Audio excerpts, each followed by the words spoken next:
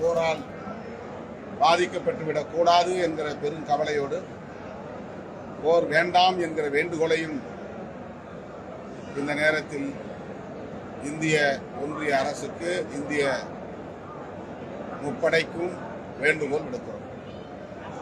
அந்த மாதிரி தவறான கருத்துக்களை அரசு, இந்திய ஒன்றிய அரசுக்கு எதிராக அல்லது இந்திய ராணுவத்திற்கு எதிராக பதிவு செய்திருந்தால் அது பிழை, தவறு. அப்படி யாரும் இந்த பதற்றமான சூழலில் விமர்சனம் என்கிற பெயரிலும் எதிர்கருத்துக்களை பதிவிடக்கூடாது என்று கேட்டுக்கொள்கிறேன். போர் பதற்றம் உள்ள சூழலில் மத்திய அரசு அல்லது இந்திய ராணுவம் குறித்து தவறான கருத்துக்களை பகிர வேண்டாம் என விசிக நிர்வாகிகளுக்கு திருமாவளவன் வேண்டுகோள் விடுத்துள்ளார். இதுகுறித்த கூடுதல் விவரங்களை வழங்க செய்தியாளர் ஜான்சன் இணைப்பில் உள்ளார். வணக்கம் ஜான்சன், இதுகுறித்த விவரங்களை பகிரலாம். வணக்கம் அஸ்வினி.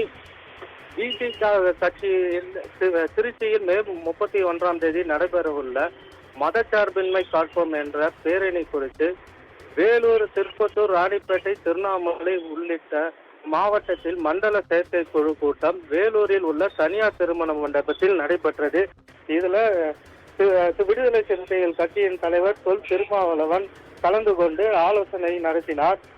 இதற்கு முன்னதாக வேலூரில் செய்தியாளர்களிடம் பேட்டி அளித்த திருமாவளவன் இந்திய ராணுவ நடவடிக்கைகளை ஆதரிப்போம் வகையில் தமிழ்நாடு முதல்வர் மு.க. ஸ்டாலின் நடத்தும் பேரணியை விசிக பங்கேற்கும், அதில் நானே பங்கேற்கிறேன் என தெரிவித்தார். இந்தியா பாகிஸ்தான் இடையே நடைபெறும் போர் பதற்றம் பயங்கரவாதத்திற்கு எதிராக போர் என்பதால் இந்தியாவில் உள்ள அனைவரும் ஆதரிக்க வேண்டும், விடுதலை சிறுத்தைகள் கட்சியும் ஆதரிக்கிறது என கூறினார். போர் நடக்கக்கூடாது, போர் வேண்டாம் என்பதுதான் விசிகாவின் வேண்டுகோள். அதனை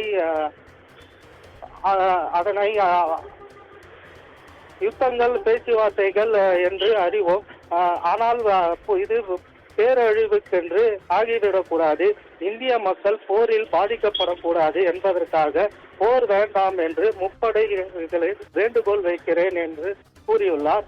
போர் பதட்டம் சூழல் சமூக வலைதளங்களில் மத்திய அரசு பற்றியோ இந்திய ராணுவத்தை பற்றியோ தவறான கருத்துக்களை விசிக கட்சியினரோ மற்றவர்களோ பதிவிட வேண்டாம் என்று வேண்டுகோள் வைத்துள்ளார்.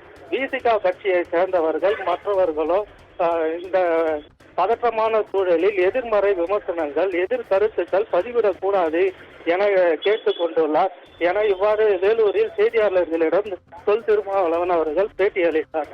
அஸ்வினி, விவரங்களுக்கு நன்றி ஜான்சன்.